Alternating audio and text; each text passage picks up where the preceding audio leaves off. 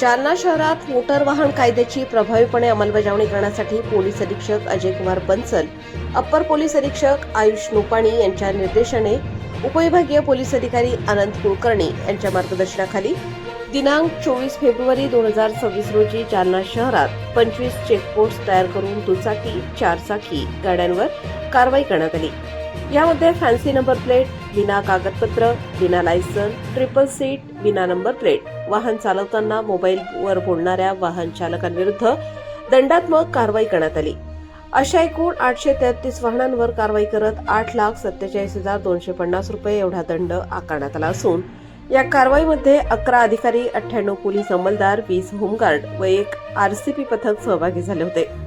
या मोहिमेत पोलीस अधीक्षक अजयकुमार बन्सल, अप्पर पोलीस अधीक्षक आयुष नोपाणी, उपविभागीय पोलीस अधिकारी आनंद कुलकर्णी यांच्या मार्गदर्शनाखाली शहर वाहतूक शाखेचे पोलीस निरीक्षक प्रताप इंगळे, सदर बाजार पोलीस ठाण्याचे पोलीस निरीक्षक संदीप भारती, कदीम जालना पोलीस ठाण्याचे पोलीस निरीक्षक जनार्दन शेवाळे, तालुका पोलीस ठाण्याचे पोलीस निरीक्षक संतोष साबळे, चंदनझिरा पोलीस ठाण्याचे पोलीस निरीक्षक बाळासाहेब पवार तसेच जिल्हा वाहतूक शाखेचे सहाय्यक पोलीस निरीक्षक चंद्रकांत चातुरे यांच्या माध्यमातून संपूर्ण जालना शहरात ही विशेष मोहीम राबवण्यात आली।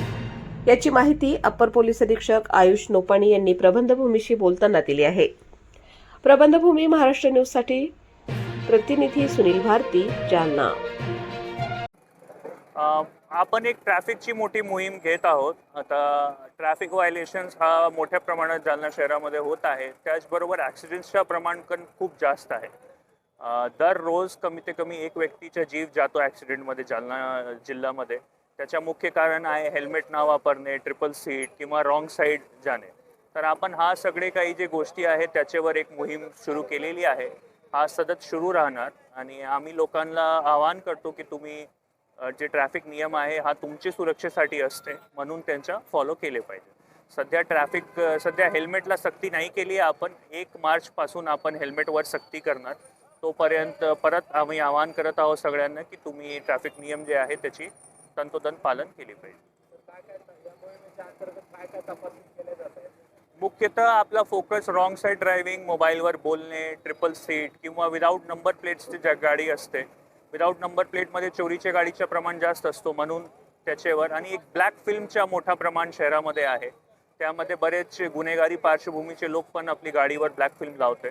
तर हा सगळे विषयावर आपला मोहीम फोकस करणार आणि आम्ही पूर्ण प्रयास करत आहोत की कोणी व्यक्तीला त्रास व्हायला नको पाहिजे आणि हा फार शिस्त पद्धतीने आपण करत आहोत आणि तशी अपेक्षा लोकांकडून पण आहे की त्यांनी ट्रॅफिक शिस्ताचे पालन केले पाहिजे। सर, आज आपल्याला निदर्शनात येते की शासनाने निवडून दिलेल्या नंबर प्लेट अद्यापही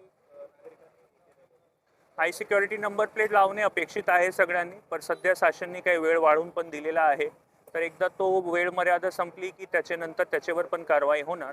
पण हा जे हाय सिक्युरिटी नंबर प्लेट आहे हा कॅमेरेमध्ये फार इझिली डिटेक्ट होतो। तर याचा सगळ्यांना फायदा आहे। त्यांची स्वतःची गाडी जर समजा चोरी वगैरे गेली तर त्याला शोधण्यामध्ये पोलिसांना सहकार्य होत आहे। म्हणून सगळ्यांना आव्हान आहे की ते नंबर प्लेट पण चेंज करून घेणे अपेक्षित आहे।